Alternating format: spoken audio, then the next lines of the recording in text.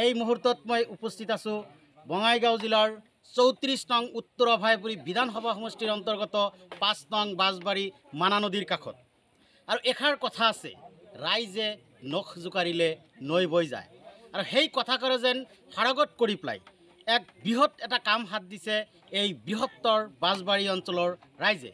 আৰু ইতিমধ্যে আপোনালোকে জানে যে বঙাইগাঁও জিলা প্ৰশাসনে প্ৰায় 2 মাহৰ কাৰণে সকলো পাৰঘাট বন্ধ কৰি দিছে, আৰু যাৰ কাৰণে এই বৃহত্তৰ অঞ্চলৰ ৰাইজৰ যোগাযোগৰ ক্ষেত্ৰত যথেষ্ট অসুবিধাৰ সন্মুখীন হৈছে। আৰু যাৰ কাৰণে সিহঁতে ৰাইজে মিলি পেলাই এখন প্ৰায় 400 মিটাৰ বাঁহৰ দলং নিৰ্মাণৰ কাম হাতত লৈছে। আৰু সেই দলংখন আমি আজি পোনপটীয়াকৈ আপোনালোকক মই দেখুৱাব খুজিছোঁ। এয়া আপোনালোকে দেখিবলৈ পাইছে যে বঙাইগাঁও জিলাৰ 5 নং বাঁশবাৰী মানা নদীৰ ওপৰত এখন বাঁহৰ দলং নিৰ্মাণ কৰাত ব্যস্ত হৈ পৰিছে এই অঞ্চলৰ ৰাইজ। আৰু কিছু কথা এই অঞ্চলৰ ৰাইজৰ পৰা জানিব খুজিম। আপুনি কি ক'ব এই ক্ষেত্ৰত? আমি কি ক'ম মানে আমাৰ এই বঙাইগাঁও ডিষ্ট্ৰিক্টৰ আপোনাৰ উত্তৰ অভয়পুৰী সমষ্টিৰ মানিকপুৰ ব্লকৰ আপনাৰ 5 নং বাঁশবাৰী গাঁৱৰ এই নদী পাৰাবাৰ মানা নদীৰ ওপৰত যেটা আমাৰ দলং পকা দলং হ'ব লাগিছিল নাই, গতিকে আমাৰ ৰাইজে বহুত ৰাইজে সঁহাৰি দিছে যাতে ইয়াত মানে এটা বাঁহৰ দলং কৰা যায়। প্লাছ আমাৰ RPI দলৰ কৰ্মকৰ্তা আব্দুল হাই নাগৰী সাহেব, তাৰ লগতে আমাৰ ৰিপৰ্টাৰ ৰফিকুল সাহেবো অশেষ কষ্টত ৰাইজৰ সহযোগিতাত মোটামুটি আমাৰ ইয়াত এটা বাঁহৰ দলঙৰ ব্যৱস্থা কৰি আছে ৰাইজৰ জৰিয়তে। গতিকে আমি চৰকাৰক এইফালৰ পৰা আমি ৰাইজৰ ফালৰ পৰা এটা অনুৰোধ ৰাখোঁ যাতে আমাৰ এই 5 নং বাঁশবাৰী পাৰঘাটটোক এটা পকা ব্ৰিজ দি আমাৰ এই ৰাইজৰ পাৰাপাৰৰ বাবে মানে সুবিধা কৰি দিয়ে। হয়, এখেত হ'ল মানে ৰমজান আলী, দলং নিৰ্মাণ ও উন্নয়ন সমিতিৰ সভাপতি। আৰু তেখেতে উল্লেখ কৰিছে যে এই দলংখন নিৰ্মাণৰ ক্ষেত্ৰত RPI দলৰ নেতাকৰ্মীসকল বিশেষকৈ আব্দুল হাই নাগৰীয়ে আৰ্থিকভাৱে যথেষ্ট সহায় কৰিছে। আৰু ৰাইজে সহায় কৰি প্ৰত্যক্ষভাৱে এইদৰে সহায় কৰি পেলাই দলং নিৰ্মাণ কৰি আছে। আৰু সিহঁতৰ উপায় নোহোৱা হৈছে, কাৰণ সম্পূৰ্ণভাৱে পাৰাবাৰ যিহেতু বন্ধ কৰি দিছে। আৰু এজন ব্যক্তি আছে, কি ক'ব? দেখা গৈছে যথেষ্ট কষ্ট কৰি ৰাইজে এখন দলং নিৰ্মাণ কৰি আছে। হয়, ৰাইজে মিলি মানে এখন বাঁহৰ দলং নিৰ্মাণ কৰি আছে। আৰু আমাৰ RPI দলৰ পৰা অলপ ধনৰ সহায় কৰিছে, লগতে আমাৰ ৰাইজে মিলি কামটো শেষ কৰিবলৈ ওলাইছে। হয়, দেখা গৈছে যে ইয়াত মানে বিভিন্ন স্কুল কলেজৰ ছাত্ৰ ছাত্ৰী ৰাইজ মানে হাজাৰ হাজাৰ ৰাইজ অহা যোৱা কৰিবলগীয়া হয়। ইয়াত আজি ভাৰতবৰ্ষৰ স্বাধীনতাৰ পিছত এতিয়ালৈকে দলং হোৱা নাই, কি জনাব? এইটো মই এইটোৱে ক'ম, আমি এই অঞ্চলৰে মানুহ, আমি এই অঞ্চলতে বসবাস কৰোঁ। আমাৰ এইখন কি কয় মানা নদীখন পাৰ হৈ এই বৃহত্তৰ অঞ্চলৰ হাজাৰ হাজাৰ ছাত্ৰ ছাত্ৰী মানিকপুৰ কলেজ আৰু কি কয় আমাৰ মানিকপুৰ কলেজ যাবলগীয়া হয়, মানিকপুৰ হাই ছেকেণ্ডেৰীত যাবলগীয়া হয়। এই কি কয় আমাৰ মানা নদীৰ দক্ষিণ পাৰত যিখিনি অঞ্চল আছে, বিশেষকৈ আমাৰ সকলো অঞ্চলখিনি আমাৰ কি কয় কৃষি প্ৰধান অঞ্চল। এই কৃষিসকলে কি কৰে, আমাৰ উৎপাদন কৰে, উৎপাদনৰ যিবোৰ দ্ৰব্য সামগ্ৰী হয় সেই সামগ্ৰীখিনি কি কৰিব নোৱাৰে, বিক্ৰী কৰিব নোৱাৰে।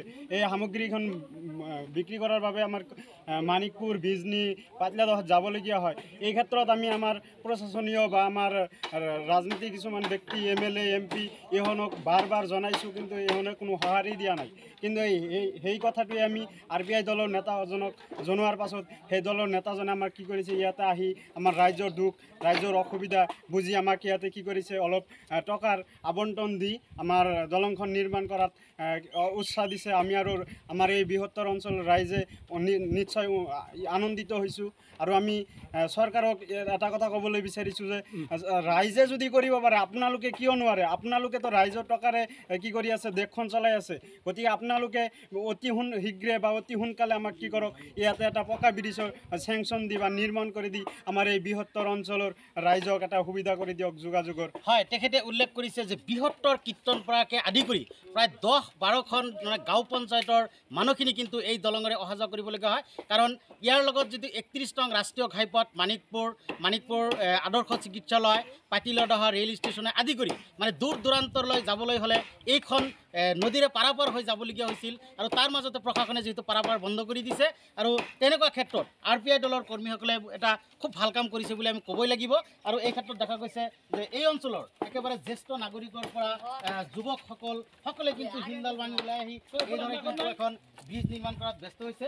আৰু ইয়াত এজন অভিজ্ঞ ব্যক্তি আছে। এই ব্ৰিজটো কিমান দীঘল আৰু কিমান বাহ খৰচ হৈ আছে? মোটামুটি 5,000 কিমান দীঘল হ'ব? 400 মিটাৰ আৰু বাঁহবিলাক কিমান ফুটা কিমান ফুটিছে? কিমান বাঁহ বাঁহ ফুটিছোঁ মোটামুটি 10 ফুট 9 ফুট এনেকৈ পোতা হৈছে। কেই হ'ব ফুটিছে? মোটামুটি 250 মান পোতা হৈছে। 250 মান। 250 মান। হয়, তেখেতে উল্লেখ কৰা মতে যে প্ৰায় 250ডাল কিন্তু বাঁহ পুতাৰ পিছত খুঁটা পুতিছে আৰু তাৰ মাজতে যেনেকৈ বাঁহ দি নিৰ্মাণ কৰিছে কেইবা হাজাৰ বাঁহ ইয়াত লাগিব বুলি উল্লেখ কৰিছে। আৰু সঁচাকৈ পুনৰবাৰ মই ক'ম যে ৰাইজে নখ জোকাৰিলে নৈ বৈ যায়, কাৰণ এনেকুৱা এটা বিশাল এখন দলং ৰাইজে নিৰ্মাণ কৰিবলৈ ওলাইছে। আৰু এই ক্ষেত্ৰত RPI আটোৱাল যিটো নেতৃত্বাধীন যিটো দল, সেই দলৰ কৰ্মী বিশেষকৈ আব্দুল হাই, কায়ুম, আইনুদ্দিন, ৰাজু আদি কৰি এই ব্যক্তিসকলে কিন্তু আৰ্থিক সহায় কৰা বুলি উল্লেখ কৰিছে। আৰু তাৰ লগতে উল্লেখ কৰিছে যে আজি ভাৰতবৰ্ষৰ স্বাধীনতাৰ পিছৰ পৰা আজিলৈকে কিন্তু এই অঞ্চলত এখন ভাল ব্ৰিজ নিৰ্মাণ হোৱা নাই। অথচ এই অঞ্চলৰ সকলো মানুহে কিন্তু যিটো টেক্স সেইটো GST সকলো কিন্তু পে' কৰি আছে। গতিকে অতি সোনকালে চৰকাৰক দাবী জনাইছে ইয়াত এখন RCC দলং নিৰ্মাণ কৰি দিয়াৰ বাবে।